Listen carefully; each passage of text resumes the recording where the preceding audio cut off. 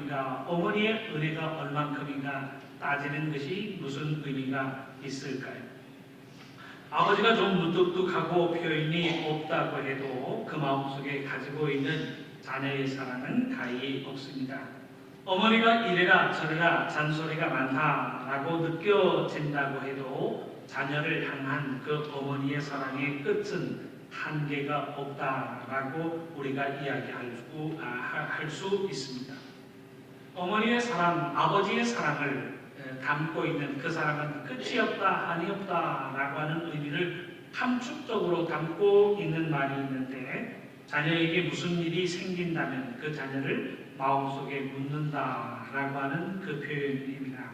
그 평생 잊지 못할 고통과 슬픔으로 안고 간다라고 하는 그 의미를 담고 있습니다. 그러니 부모가 자식에게 남기는 말, 그저 너희들 잘 살면 된다라고, 너희들 잘 사는 것이 우리의 기쁨이고 우리의 행복이다라고 하는 말을 남기는 것 아니겠습니까? 사랑하는 성도 여러분, 기독교는 분명히 교의 종교입니다. 교라고 하는 말에 해당되는 직접적인 개념은 없지만 성경은 교가 무엇인지, 우리의 부모를 위해서 우리가 어떤 모습으로 교를 행해야 하는가라고 하는 것을 아주 구체적으로 우리에게 가르치고 있습니다. 10계명의 내용 중에서도 약속 있는 첫 계명이 무엇인가요? 내 부모를 공경하라라고 하는 말씀으로 우리에게 주고 있습니다.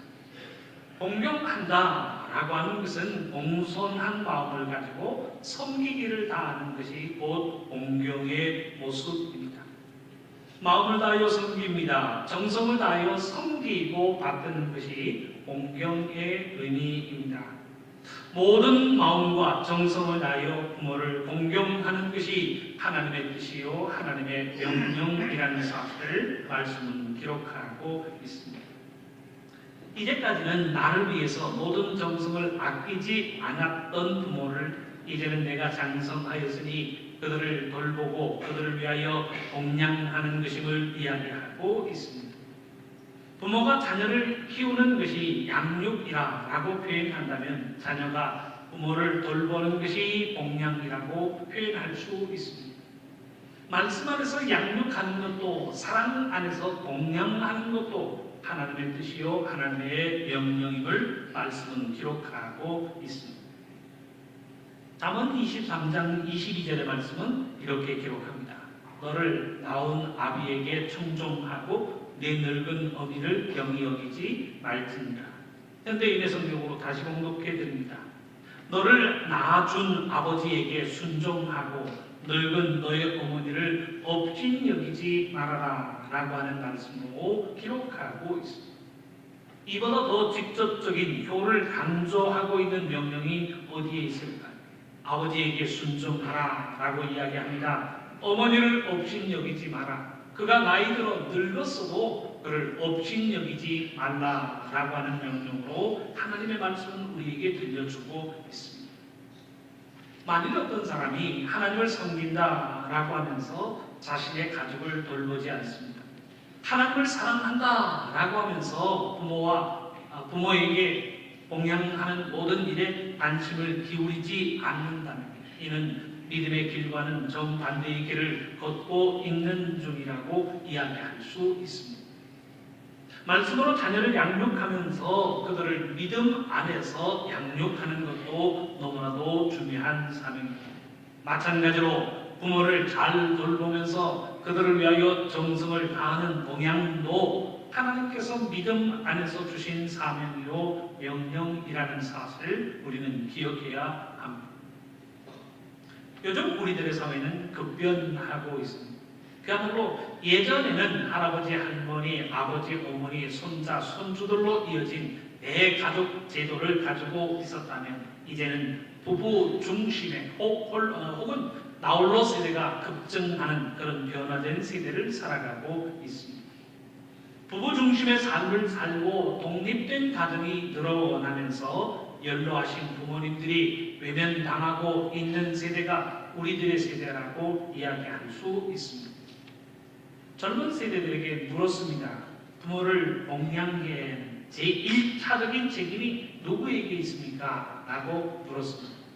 부모님이 연로하시면 누군가 봉양해야 하고 연로하신 부모님들을 누군가 돌봐드려야 하는데 그 1차적인 책임이 누구에게 있습니까? 라고 물었더니 젊은 세대 65%에 해당되는 사람이 부모 봉양의 1차적인 책임이 국가에 있습니다. 라고 답변합니다.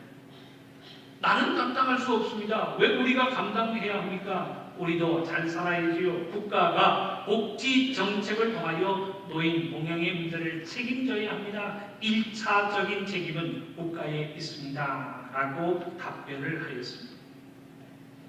저도 저희 집 둘째에게 이렇게 물었던 적이 있어요.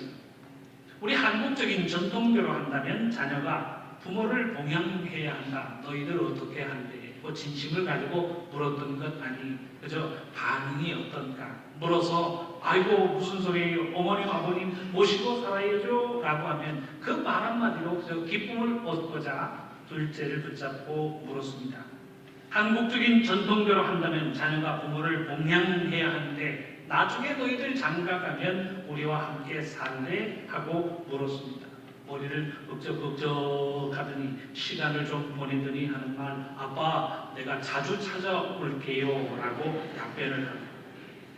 그러더니 철이 들었는지 얼마 전에는 엄마 아빠 은퇴하시면 꼭 독일에 오셔서 사셔야 합니다. 그립습니다 라고 이야기하면서 같이 살면 좋겠다 라고 이야기를 하더라고요. 같이 살 마음이 없습니다. 아이 자녀들에게 부담 줄 마음이 없어요. 그런데 같이 살면 좋겠습니다 라고 하는 그 말이요 얼마나 기분이 좋던지 저희 집사람도 저도 하루 종일 그 이야기를 듣고 기분 좋아했던 생각이 납니다. 부모가 바라는 것 그것 아니겠습니까? 그저 그것이 거짓말이고 그것이 사실 그렇게 되지 않는다라고 할지라도 그 말 한마디로 기쁨을 누리고 그 말 한마디 때문에 마음의 즐거움을 가지고 사는 존재가 부모라고 하는 것입니다. 제가 대구지교회 부임하기 위해서 대구에 와서 이제 15년 차 살아가고 있습니다. 제가 대구에 오면서 참 잘한 일 한 가지가 있다라고 생각되어집니다. 대구에 와서 부모님을 대구에 모셔서 14년을 부모님과 함께 살았습니다. 저희 집사람이 고생이 참 많았지요. 14년 동안 시부모님을 모시면서 한 가정에서 함께 14년을 살았습니다. 제가 신학교에 갈 때 아버님이 저를 부르시더니 하신 말씀이 있어요.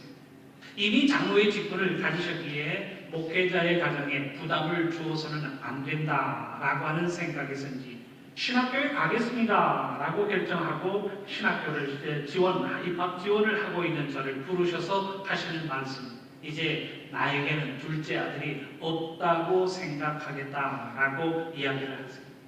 그게 무슨 말인가? 라고 하는 것을 아버님께 여쭤보았더니 너 이제 목회하잖아. 목회하는 목회자의 가정에 내가 혹 부담이 되거나 내가 혹 걸림돌이 되면 안 되니 이제 나는 둘째 아들이 없다고 생각하겠다. 부모 봉양에 대한 일체의 걱정이나 염려를 하지 말아라 라고 하는 의미에서 내게는 이제 둘째 아들이 없다라고 이야기를 하시는 것입니다. 독일에 있을 때 하루가 멀다 하고 전화 연락을 드렸습니다. 외국에서 살면서 할 수 있는 일은 그것 이상일 수가 없었습니다. 그저 매일매일 연락을 드리면서 어떻게 지내시는가, 식사는 하셨는가, 건강은 어떠시는가, 오늘 하루 재미있었던 일은 무엇인가 라고 하는 안부를 묻는 것이 전부였습니다. 우리 교회 부임할 때에도 부임 조건을 이야기할 때 저는 부모를 모셔야 되겠습니다. 이 부모를 모실 수 있는 것을 교회에서 이해해 주셨으면 좋겠습니다 라고 했을 때 교회도 이 사실을 흔쾌히 받아들여 주셨습니다. 그 결과 14년 동안 저는 어머님과 아버님과 한 집에서 함께 살 수 있었습니다. 용서하고 그러세요. 오늘은 어버이 주일이니까 우리 부모님 이야기를 좀 하겠습니다. 재작년에 어머님이 돌아가시고 작년에 아버님이 돌아가시기까지 두 분은 마지막 순간까지 교회를 출입하셨습니다. 아들과 며느리와 한 가정에 사시면서 다른 걱정 없이 지내셨습니다. 어디가 고장나서 고쳐야 하는데, 장을 봐야 하는데 무엇을 사야 하는가, 이런 걱정 없이 편안한 가운데 하루하루의 삶을 사셨습니다. 이제는 더 이상 곁에 계시지 않습니다. 두 분 다 하나님의 나라에서 구원의 아름다움을 누리고 계신 줄로 분명히 믿습니다. 작년 어버이날은 아버님의 장례 이후에 정신없이 지내서 어버이날을 어버이날처럼 보내지 못했습니다. 근데 올해는 왜 이렇게 어버이날에 어머님, 아버님 두 분이 생각이 나는지, 생각이 나면서 마음속에 드는 생각이 미안한 마음이 듭니다. 좀 더 잘해드리지 못한 것 아닌가라고 하는, 좀 더 좋은 것으로, 좀 더 신나는 것으로 대해드렸어야 할 텐데 라고 하는 죄송한 마음이 남을 뿐입니다.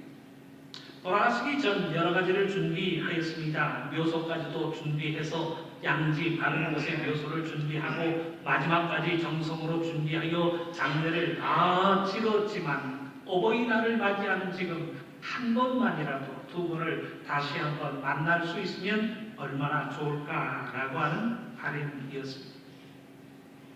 저희 어머니와 저희 아버지가 저희들에게 남기신 유산이 있습니다. 여러분들 그 소문 들어보셨나요? 소문에 듣자하니 우리 부모님이 저와 며느리 앞으로 남긴 재산이 4억 5천만 원이라고 하는 얘기, 저도 모르는 얘기를 제가 들었습니다. 분명히 말씀드리지만 물질적인 재산의 유산은 남기지 않으셨습니다. 어머님, 아버님이 저희에게 남기신 유산은 신앙의 유산입니다. 아버님이요, 믿음 우선주의로 사셨어요. 교회 중심주의로 사셨습니다. 항상 가정 예배를 통해 말씀을 들려주셨고, 교회에서 필요로 하는 일을 우선적으로 감당하는 모습을 우리에게 보여주셨습니다.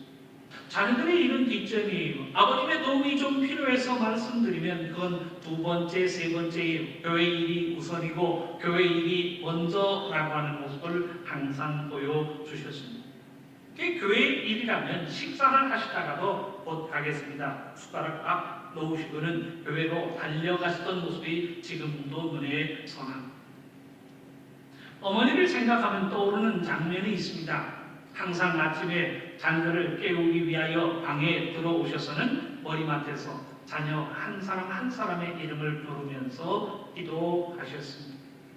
속삭이듯 기도하시는데 그 순간에 저는 잠들 수가 없었어요. 어머니의 그 기도가 다 끝나기까지 어머니의 기도를, 머리맡에서 기도하시는 어머니의 기도를 저는 듣고 자랐습니다. 지금도 그 어머니의 기도의 음성이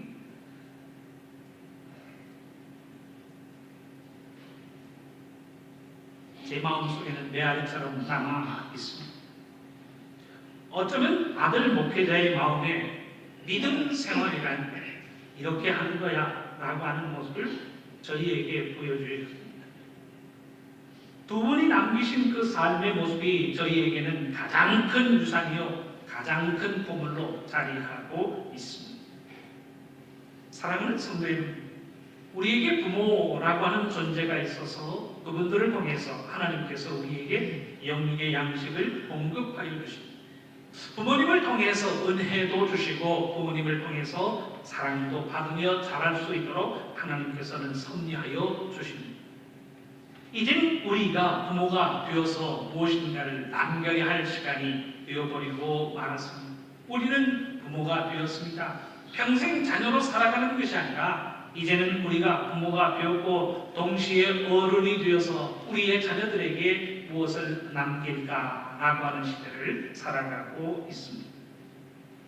오늘은 본문을 통해서 부모를 공경하라라고 하는 내용을 생각하기보다는 부모인 우리가 자녀들에게 무엇을 남길 것인가 라고 하는 질문과 함께 본문의 교훈을 생각하는 시간들이 될 수 있기를 바랍니다. 잠언의 교훈은 내 아들아 라고 하면서 시작하는 내용이 대부분입니다. 아들된 입장에서 부모를 어떻게 대하고 부모의 남긴 교훈을 어떻게 받아들여야 하는가, 내 아들아 라고 하면서 아들에게 주는 아버지의 교훈, 아버지의 명령으로 본문은 구성되어져 있습니다. 오늘 본문도 다르지 않지요. 8절의 말씀을 보면 내 아들아 라고 하면서 아버지의 간곡한 당부의 말씀이 기록되어지고 있습니다. 잠언을 보다 보면 오늘 본문만이 아니 잠언을 대하고 읽는 순간순간마다 단락마다 내 아들아 라고 하는 간곡한 부름의 호소가 기록되어지고 있습니다. 1장만 하더라도 8절, 10절 그리고 15절에 내 아들아 라고 하는 부름과 함께 시작하고 있습니다. 2장 1절에도 보니까 내 아들아, 3장 1절, 11절, 22절에 내 아들아 라고 부름과 함께 시작하고 있습니다. 4장 1절에도 보니까 내 아들아 라고 이야기하면서 아들에게 아버지가 사랑을 가지고 남기고 당부하는 그 교훈의 내용들이 잠언서에는 기록되어지고 있습니다. 사랑하는 성도 여러분, 오해하지 마시기를 바랍니다. 내 아들아 라고 하니까 딸들은 무시하고 하는 얘기가 나는 여자라고 무시하는가, 나는 딸이니까 내 아들이 아니니까 이 말씀 들을 필요가 없지 않을까 생각하지 마시기를 바랍니다. 요즘 의미로 해석을 한다면 내 아들아 라고 하는 말은 내 자녀들아 라고 하는 말로 부르고 있습니다. 우리가 하나님을 아버지라고 부르는 것도 하나님이 남성이기 때문에 하나님은 아버지라고 부르는 것 아니잖아요. 나를 책임져 주십니다. 우리의 걸음걸음을 인도하여 주십니다. 우리의 삶 속에 하나님의 은혜와 사랑을 허락하여 주시는 하늘에 계신 전지전능하신 나의 보호자, 나의 인도자가 되신다라고 하는 의미를 가지고 하나님 아버지라고 부르는 것입니다. 그러니 오늘 본문에서 이야기하는 내 아들아라고 하는 의미도 자녀 된 우리들이 어떻게 부모의 교훈을 듣고 부모의 법을 마음속에 새겨야 할 것인가 라고 하는 당부와 함께 내 아들아라고 하는 표현으로 교훈하고 있습니다. 그런데 사랑하는 성도 여러분, 오늘은 이 내 아들아라고 하는 외침을 한번 뒤집어 생각해 보시기를 바랍니다. 아비의 훈계를 들으며 어미의 법을 떠나지 말라라고 하는 것이 오늘 본문의 핵심적인 내용이라면 우리는 자녀들에게 그 훈계와 법을 남기고 있는가라고 하는 차원에서 한번 질문해 보시기를 바랍니다. 너 왜 내 훈계를 듣지 않니? 왜 내 법을 따르지 않니? 라고 하는 것을 이야기하기 전에 내가 주의 훈계와 주의 법으로 그들에게 들려주고 양육하고 있는가라고 하는 역질문을 한번 우리에게 던져보시기를 바랍니다. 사랑하는 성도 여러분, 우리들은 자녀들에게 훈계와 법을 들려주고 있습니다. 그들의 마음속에 훈계와 법을 그들의 마음속에 새겨주도록 그들에게 들려주고 그들에게 이야기하고 그들에게 전하고 있는가 질문해 봅니다. 여기서 이야기하는 훈계와 법이란 하나님의 말씀과 밀접한 관련을 가지고 있음을 우리는 잘 알고 있습니다. 하나님의 말씀을 알고 진리를 알아서 전하는 훈계와 법이라는 사실을 망각해서는 안 됩니다. 그저 내 기분으로 내 감정으로 들려주는 훈계와 법이 아닌 거예요. 말씀을 통하여 얻는 훈계, 말씀이 인정하시고 금하시는 법, 그 하나님의 법과 하나님의 훈계를 자녀들에게 들려줄 것을 전제하고 있습니다. 그 말씀의 훈계, 말씀의 법을 자녀들에게 들려주고 있는가 오늘 본문과 함께 질문해 보시기를 바랍니다. 본문의 교훈이 무엇인가 정확하게 기록하는 내용이 있습니다.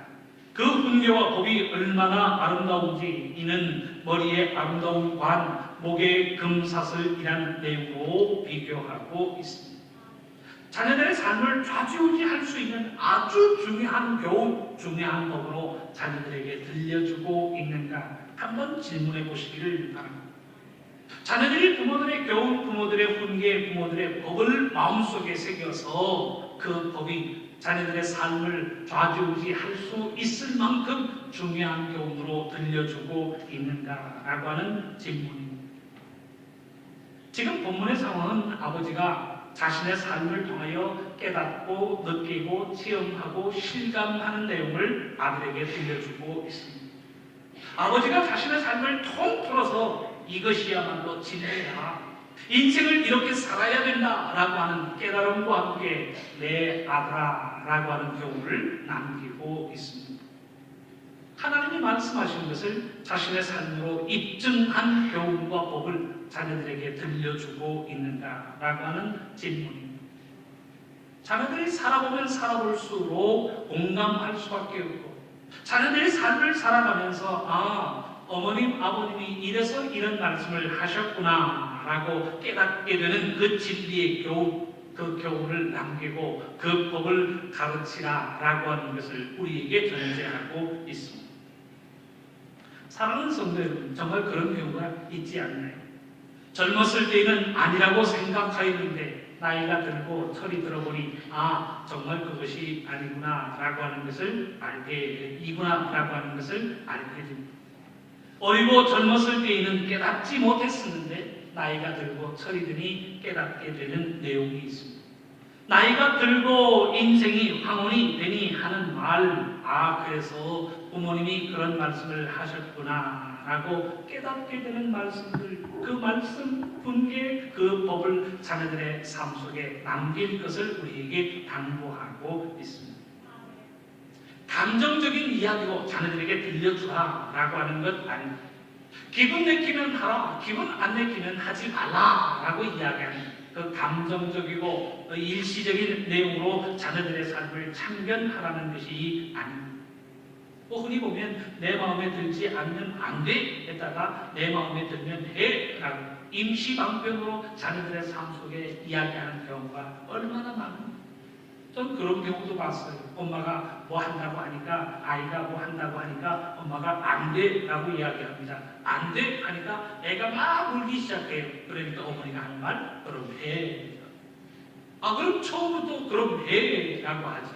왜 아이를 울리고 나서야 해 라고 이야기합니다.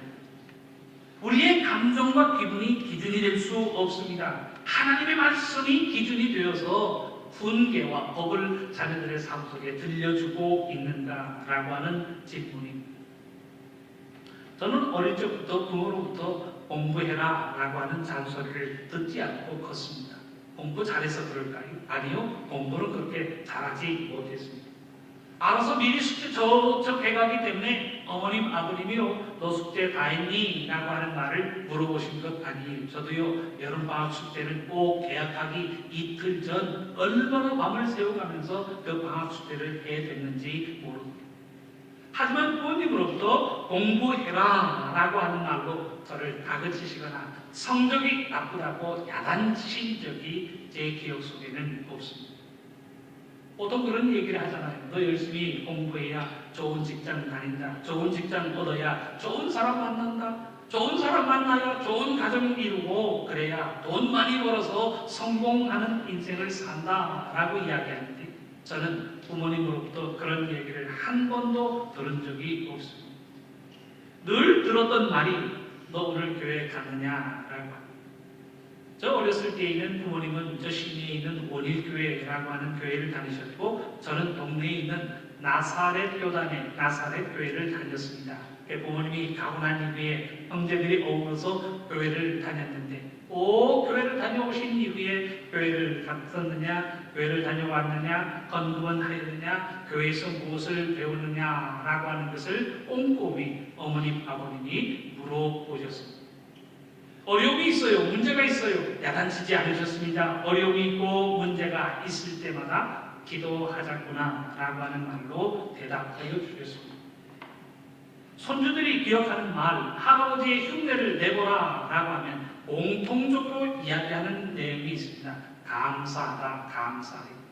그러니까 아버님이 늘 하셨던 이야기, 무슨 이야기만 들려드리면 감사하다, 감사해. 병이 다 나았어요. 좋은 일, 신나는 일 들리면 감사하다, 감사해 라고 하는 말씀을 남기셨습니다. 좋은 얘기만 들릴 수 있나요? 어려운 일, 힘든 일, 문제를 말씀드립니다. 아버님 기도해 주세요 라고 이야기하면 기도한다는 내용과 함께 또 길을 열어주실 거야 라고 이야기하셨습니다. 무슨 계획을 가지고 말씀을 드리든지 무슨 생각을 가지고 의논을 드리든지 하시는 말씀이 기도하자라고 하는 말씀으로 들려주셨습니다. 저희가 부산에 살 때 굉장히 잘 살았습니다. 여러분들 아시나요? 믿거나 말거나 아니지만 얼마나 돈이 많이 있었는지요. 광복동에 있는 5층 빌딩을 현금으로 구입할 만큼 돈을 많이 가지고 계셨다고. 부산에서 서울로 이사와서 모든 재산을 다 잃어버렸을 때에도 원망의 소리를 저는 들어본 적이 없어요. 불평의 소리를 들어본 적이 없습니다. 큰 아버지가 우리 합작해서 같이 사업을 같이 하자라고 해서 올라왔는데 결국은 그 모든 재산을 다 날려버리고 말았습니다. 그럼에도 불구하고 원망의 소리, 불평의 소리를 들어본 적이 없습니다. 저희가 간혹 그런 얘기를 하죠. 아버님 그때 그 재산 다 가지고 계시었으면 제가 지금 잘 살고 벤츠 타고 다닐 텐데요 라고 하시는 말씀이 있어요. 돈은 있다가도 없어지고 없다가도 생기는 게 돈이야. 돈 잃지 않겠다고 사람 잃어버리는 사람이 미련한 사람이다. 돈은 잃었다가도 다시 벌 수 있지만 사람은 원수가 되어 떠나면 다시 돌아오지 않는다라고 합니다. 없어진 재산에 대한 불평, 원망, 그 어떤 불투덜거림도 저는 들어본 적이 없습니다. 솔직히 젊었을 때에는 그 아버님의 말이 좀 위선이 아닌가 생각합니다. 뒤엎을 수 없는 말에 대한 자기 변명이라고 생각하였는데 시간이 지날수록요 아버님의 남기신 그 말씀의 의미가 진리요 삶의 정석이라고 하는 것을 깨닫게 되었습니다. 문제는 우리의 삶도 그러한 교훈과 그러한 법을 자녀들에게 남기고 있는가라고 하는 질문입니다. 공감하는 교훈을 남길 때 자녀들도 아비의 교훈, 어미의 법에 귀를 기울이는 것 아닙니까? 시간이 지나 공감할수록 자녀들이 부모님의 남기신 훈계와 법을 기억하면서 그 훈계와 법대로 살아가는 것 아니겠습니까? 그들이 나이가 들수록 인정할 수밖에 없는 그 교훈과 법으로 자녀들에게 들려주고 있는가 우리가 자문자답해 보아야 할 시간들입니다. 사랑하는 성도들, 우리가 사용하는 말 중에 어른이라고 하는 말이 있는데 이 어른이라고 하는 말은 그저 나이가 일정한 연령을 넘었다라고 하는 의미만을 담고 있는 것은 아닙니다. 나이가 일정한 연령을 넘었다라고 하는 것만을 강조하는 것은 성인이라고 하는 말로 우리는 표현합니다. 어른의 의미는 두 가지가 있습니다. 하나는 나이가 성인이 되었다. 우리가 지금 이야기하는 그 성인의 개념으로 이야기를 합니다. 1999년생들은 올해 만 20세가 됩니다. 올해로 그들은 성인이 되고 어른이 되었다라고 이야기할 수 있습니다. 성인이 되고 어른이 되었으니 그 스스로의 판단과 결정에 의해서 모든 일들을 할 수 있는 시간들이 되었습니다. 그런데 어른이라고 하는 말은 그것만으로 끝나지 않습니다. 이 어른이라고 하는 말에는 다른 뜻이 있습니다. 이제는 철이 들었다라고 하는 의미를 가지고 있습니다. 자기의 감정을 가지고 천방지축으로 살아가는 모습이 아니라 가야 할 길을 알고 해야 할 도리를 알아서 정말 자제하고 절제하는 모습으로 자신의 삶을 살아가는 모습을 볼 때 우리는 그를 어른이라고 하는 말로 인정하게 됩니다. 자기가 벌인 일에 대해서 자기 책임을 질 줄 알아요. 일구이연하지 않습니다. 누가 보아도 저 사람 어른이야 라고 인정할 만큼 책임적인 존재의 모습으로 살아갑니다. 어른이라고 하는 의미는 그 의미를 또한 내포하고 있습니다. 그래서 어린 아이가요 자기의 책임을 질 줄 알아요. 가야 할 길, 하지 말아야 할 것과 해야 할 것을 압니다. 정말 어른스러워요. 그래서 우리는 애 어른이라고 하는 표현과 함께 어른스럽다라고 이야기합니다. 나이는 미성년입니다. 그러나 그의 모습이 보여주는 것이 어른답기 때문에 어른스럽다라고 표현하는 것 아니겠습니까? 사랑하는 성도님, 어른은 나이가 들었다고 되는 게 아니라는 말입니다. 어른의 말을 들으면 길이 보여야 합니다. 어른의 말을 들을 때에 지혜가 생겨야 됩니다. 어른의 말을 들을 때에는 이 문제를 어떻게 풀어갈 수 있는가라고 하는 지혜가 보이고 길이 보일 때 우리는 존경의 마음과 함께 그를 어른으로 인정하게 됩니다. 참을 줄 못하고 극한 성격을 가지고 다툼을 일으키는 사람은 어른이라고 할 수 없지요. 참을 줄 아는 사람이 어른이고 양보할 줄 아는 사람이 어른입니다. 오늘의 본문은 어른이 되어서 자녀들에게 교훈을 남기라라고 하는 것을 전제하여 우리에게 교훈하고 있습니다. 훈계와 법을 남기는 사람이 없는데 어찌 자녀들이 훈계와 법을 듣고 마음속에 새겨 따를 수 있겠습니까? 그런데 훈계와 법을 남기는 사람들은 어른의 모습으로 주의 훈계와 주의 법을 남길 것을 전제하고 있습니다. 누군가 주의 훈계와 주의 법을 가르치고 남길 때 자녀들도 그 교훈을 마음속에 새기는 것 아니겠습니까? 자녀들이 말을 듣지 않는다고 야단한 것만은 아닙니다. 우리가 어른의 모습을 가지고 그들을 훈계하고 그들에게 주의 법을 가르치고 있는가라고 하는 사실을 물어야 할 줄로 압니다. 어른의 모습이 아닌 그저 고집스러운 모습으로만 참견하고 간섭한다면 어찌 자녀들이 마음을 열고 귀담아 듣고 어찌 자녀들이 그 모든 훈계와 법을 따르겠는가라고 하는 질문입니다. 어른의 가치는 나이에 있지 않습니다. 어른의 가치는 재산에 있지 않습니다. 어른의 가치는 그가 어른 되었다라고 하는 어른됨에 있습니다. 그저 나이가 많아 그 가치가 인정되는 것이 아니지요. 혹은 남길 재산이 있어 가치를 인정받으려는 것도 아닙니다. 재산이 있어서 어른으로 인정받기를 원한다면 재산이 사라지는 순간 존경도 어른으로서의 대접도 사라지고 만다는 사실을 기억해야 합니다. 어른의 가치는 어른됨에 있습니다. 어른이 입을 열 때마다 주의 교훈과 주의 법을 이야기합니다. 주의 법과 주의 훈계와 주의 법을 가지고 살아가는 그 삶의 모습을 자녀들에게 보여주고 있습니다. 아직 살아보지 않은 자녀들에게 그 인생의 길을 자문하고 훈계하는 그 지혜가 어른들의 가치요 어른됨의 가치라고 하는 사실을 우리에게 보여주고 있습니다. 오늘의 설교 제목을 다른 말로 표현하자면 어른이 되어서 자녀들을 가르치자라고 합니다. 내 기분과 감정으로 대하는 것이 아니라 주의 훈계와 주의 법을 가지고 어른됨의 모습으로 그들을 가르치고 양육하자라고 하는 이야기. 자녀들이 공감할 수 있도록 자녀들이 깨닫고 마음속에 새길 수 있는 주의 교훈, 주의 훈계, 주의 법, 그 어른들의 한마디가 필요한 시간이라는 사실을 우리에게 일깨워주고 있습니다. 사랑하는 성도 여러분, 부모가 자녀를 양육할 때 삶으로 삶을 가르쳐야 한다라고 하는 말도 같은 의미입니다. 나는 하지 않으면서 너는 해라 라고 하는 식의 교육은 그저 부실일 뿐이고 참견이요 간섭일 뿐입니다. 오늘 본문이 우리에게 교훈하는 말은 교훈이요 법입니다. 존경받는 어른으로서의 그 말 한마디 마음속에 새겨지는 그 어른의 훈계와 법을 자녀들의 마음속에 남긴 것을 우리에게 가르치고 있습니다. 하나님은 우리들의 삶이 이런 모습이 될 수 있기를 바랍니다. 내 삶은 말씀과 동떨어진 채 말하는 것이 아니라 존경받는 어른, 인정받는 어른으로 주의 교훈, 주의 훈계, 주의 법을 자녀들의 삶 속에 들려주는 삶이 될 수 있기를 바랍니다.